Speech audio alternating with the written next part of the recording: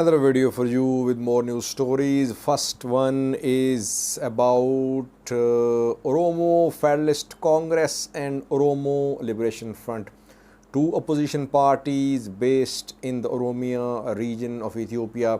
Their two top leaders have been seen together a few hours ago. Jawar Mohammed, Vice Chairman of Oromo Federalist Congress, and Gemechu Ayana, newly released OLF leader, released from prison a few hours ago. Both were seen together somewhere. We don't know are they in Ethiopia or in Kenya, but we have some pictures for you. Second news story is from Mota town of Gojjam, where we know that for almost a week security situation has not been very satisfactory. We have seen clashes there between government forces and Fano militia members. Unknown number of persons has been killed there.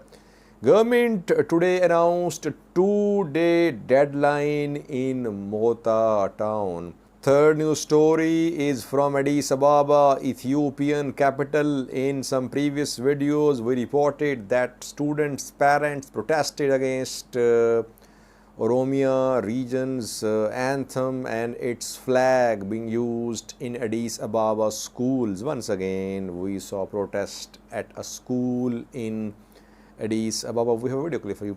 And lastly, very important news story, Tigray President Debretsion a few hours ago spoke in Mekelle, Tigray's capital. He spoke about Tigray. He spoke about rumors that Tigray was planning to take Red Sea port. He talked about Eritrea. He talked about right of self-determination. What did he say? We'll have a detailed look at his statement. We know that last night Tigray released a statement urging Eritreans in Eritrea and out of Eritrea to join hands with the Tigray government against Eritrean government. What is Debretsion saying now? Firstly, viewers, two top leaders of opposition parties of Oromia have been seen together. You can see a picture on your screen. Jawar Mohammed can be seen. Secondly, Gemechu Ayana can be seen. Gemechu Ayana is Colonel Gemechu Ayana was released from prison after almost 2 years of imprisonment. Just a few hours ago, he was released. A court ordered his release, and immediately after his release, we saw him with his family members. You can see the picture of Gemechu Ayana, and then he was seen with Jawar. Now, where did Jawar and Gemechu Ayana meet? We don't know. Are they in Nairobi, Kenya, or are they in Ethiopia? That's not clear. But two top leaders of Oromia region have been seen together. Both parties, OLF and OFC, are in alliance, you can say. The two parties boycotted last general election. Then the two parties boycotted national dialogue. And their leaders of the two parties, they have remained in prison. Some are out and some are still there. Then we saw that the two parties again opposed ongoing military campaign against Oromo Liberation Army in Oromia. So both these parties are in alliance. And 2 days ago, Bati Urgasa, former spokesperson of Oromo Liberation Front, defended Jawar Mohammed. He defended Jawar's silence. Jawar has been under little pressure that he is silent. He has struck a deal with Ethiopian PM Abiy. So Oromo activists were criticizing him. Bati Urgasa came to, he defended Jawar. So you see that OLF, OFC are in alliance. Now when their leaders are gradually being released, we could see leaders sit together to form a strategy a political strategy against Ethiopian federal government? Could there be some OFC alliance in the form of some movement against the federal government? That remains to be seen. But the leaders are very connected with each other. Second news story is from Mota, a town of Amhara region. It's in Gojjam zone. We know that for almost a week, a military operation in Mota has been going on. This is the second time in the last 3 months that we have seen clashes between security forces and Fano militia members in Mota town. We saw that in March when clashes erupted and Ms. Gabo, a Fano commander, was killed back then. Then a week ago, clashes erupted when security forces tried to arrest a Fano member. Locals intervened, Fano supporters intervened. Security forces had to retreat. Some security officials were injured as well. And after that, security forces regrouped and they carried out attacks on Fano fighters, Fano supporters. Unknown number of civilians was killed and injured. Curfew was imposed in Mota. Today, Mota local government announced a 2-day deadline. The government says command post, peace and security command post of all the forces. It says that all suspects must surrender within the next 2 days. If they don't surrender, security forces will take action, and security forces will not take responsibility for any action against these suspects. Curfew will continue from 7:30 p.m. till 6:30 a.m. Nighttime curfew. All movement of vehicles, persons banned at night. No one is allowed to carry weapons. So restrictions will continue, and this curfew restrictions, since they continue, it means that situation is far from being peaceful in Mota. Government is not in full control of the situation. That is why restrictions will continue, and 2-day deadline has been announced. What will happen after 2 days? Will anyone surrender? That remains to be seen. Third news story is from Ethiopian capital Addis Ababa, where we have seen tensions at some schools. Students, parents protested against Oromia region's flag, Oromia anthem, that it should not be played in Addis Ababa schools. Addis Ababa is both regional capital of Oromia and federal capital of Ethiopia. And today we saw similar protest, this time by students at a school in Addis Ababa. They protested against Oromia region's flag hoisted in school premises. Watch this protest video, then next news story. Very important one about Debretsion Gebremichael's speech about Eritrea and about next strategy of Tigray government.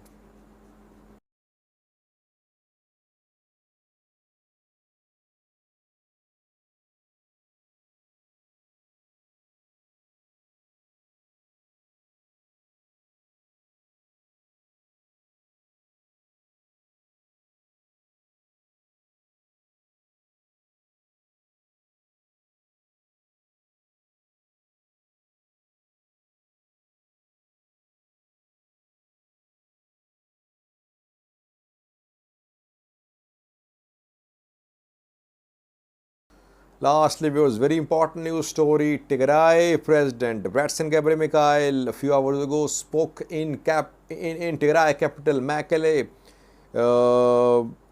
He spoke about 2 main points. Firstly, he addressed international community regarding Eritrean accusations against Tigray. Debretsion said that Eritrean forces committed genocide of Tigrayans. Eritrea has launched open war against the people of Tigray. But since last week, Eritrea has been trying to play victim card. Since last week, Eritrea has been saying, Eritrean government, that Tigray is planning to attack Eritrea to take seaport. Eritrean government is asking its people to rise, it's mobilizing its people. So while international community should bring Eritrea to justice, Eritrea is trying to play victim card that is going to be attacked by Tigray. Debrecen says that Eritrean government officials, their forces members who are involved in genocide of Tigrayans, they must be held accountable by international community. International community must not be misled by this new narrative being built by Eritrea that it's going to come under attack from Tigray. He lastly said that Tigray has right to defend its territory. Tigrayan diaspora community has supported Tigray. Tigray welcomes Eritreans, and still Eritrean refugees are in Tigray. People of Eritrea, their independence has been hijacked by Isaias Afwerki's government. So Debrecen is urging international community that it should take action against Eritrea, which is not very likely. And Debrecen seems to be rejecting rumors that Tigray is planning invasion of Eritrea. A few days ago, 3 diplomats of the region, they told an international news source that Tigray was planning a military offensive on Eritrea. But Debrecen seems to be indirectly denying these rumors or reports. Tigray says that it's a victim card which is being used by Eritrea to evade accountability, which international community must ensure. And secondly, he spoke about right of self-determination. He says Tigray's war is now for this right. People of Tigray, government of Tigray, TPLF, they want to ensure that Tigray can exercise this constitutional right of self-determination. And Tigray will not step back from its right. He said that Tigray government released more than 4,000 prisoners of war in recent days. But the move was not reciprocated by Ethiopian federal government, and large number of Tigrayans are still in detention, and international community must pressurize Ethiopian government to reciprocate. Lastly, he said that Tigray will not step back from its constitutional right of deciding its future. I think he's talking about referendum. There could be holding of referendum in coming months, not days. So referendum is one of the options at the table for a Tigray government, but still no announcement of any referendum from Tigray government. But it seems that in near future we could see a referendum to determine the future of Tigray. Thank you for watching.